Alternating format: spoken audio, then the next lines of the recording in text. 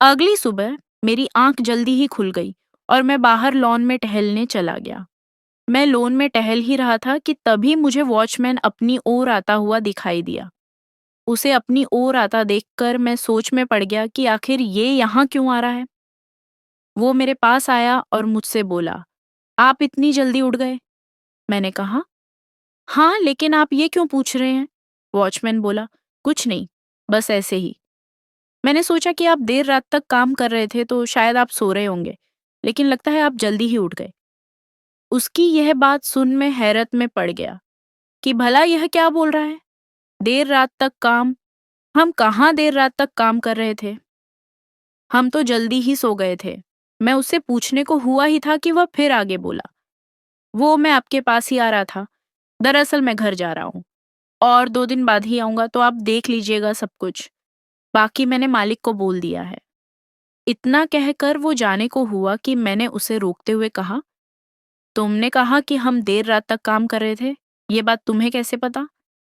मेरी यह बात सुन वो हैरानी भरी नजरों से मुझे देखने लगा और बोला, अरे भाई, ऊपर वाला जो कमरा है ना, उसमें से पूरी रात को आवाज आ रही थी और खिड़की पर किसी की परछाई भी बार बार दिखाई दे रही, तो मैंने सोचा कि शायद आप काम कर रहे होंगे। अच्छा तो अब मैं चलता हूँ। अपनी फटी आंखों से उसे मैं जाता हुआ देख रहा था।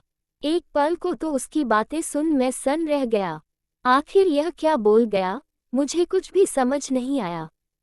हैरान परेशान में वहां खड़ा उसे जाता हुआ देख रहा था। आखिर वो किस परछाई की बात कर रहा था? हम में से तो कोई भी रात को काम नहीं कर रहा था, तो फिर इसने किसको देख लिया? रमेश भी किसी को देखने की बात कर रहा था। ये चल क्या रहा है इस बंगले में? फिर मुझे ध्यान आया कि कहीं मैं रात को ऊपर उस कमरे में उस आवाज का पीछा करता हुआ गया था, कहीं उसी वक्त इसने मुझे ही तो नहीं देख लिया। ऐसा ही हुआ होगा, इसने मेरी ही परछाई देखी होगी। मैं यूं ही डर रहा था, ऐसा कुछ भी नहीं हुआ यहाँ।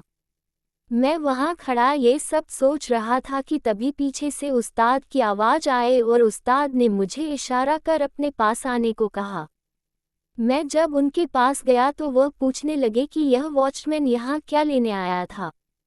मैंने उन्हें बताया कि वो 2 दिन के लिए अपने घर जा रहा है, बस यही बताने आया था। फिर जब मैं अंदर गया तो मैं क्या देखता हूँ कि रमेश उठ चुका है। मैं उसके पास गया और उससे पूछने लगा कि अब कैसा है, तबीयत ठीक तो है? रात को तो तूने हम सबको डरा ही दिया था। रमेश गुमसुम बैठा मुझे देख रहा था।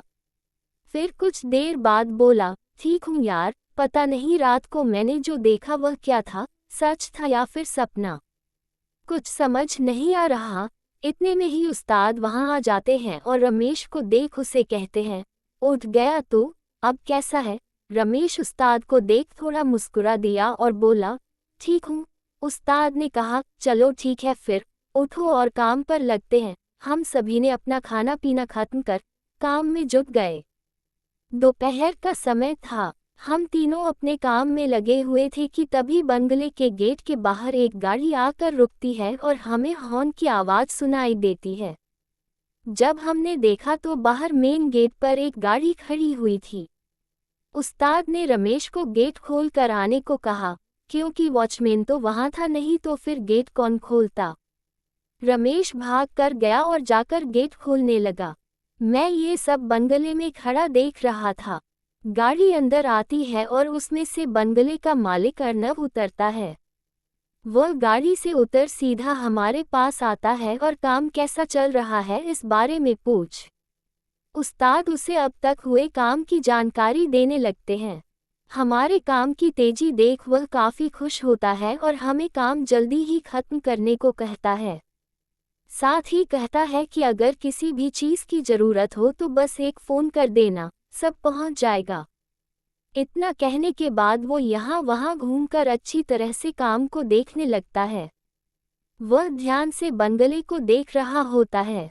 उस्ताद भी उसके पीछे पीछे चल देते हैं और चलते हुए उसे पूछने लगते हैं कि आखिर लोग इस बंगले के बारे में अजीबोगरीब बातें क्यों कर रहे हैं। ये सुन वो पीछे की ओर मुड़ता है और हैरत भरी नज़रों से उस्ताद को देखने लगता है और पूछता है कि किस तरह की बातें? तुम कहना क्या चाहते हो? आगे की कहानी अगले भाग में। Thank you.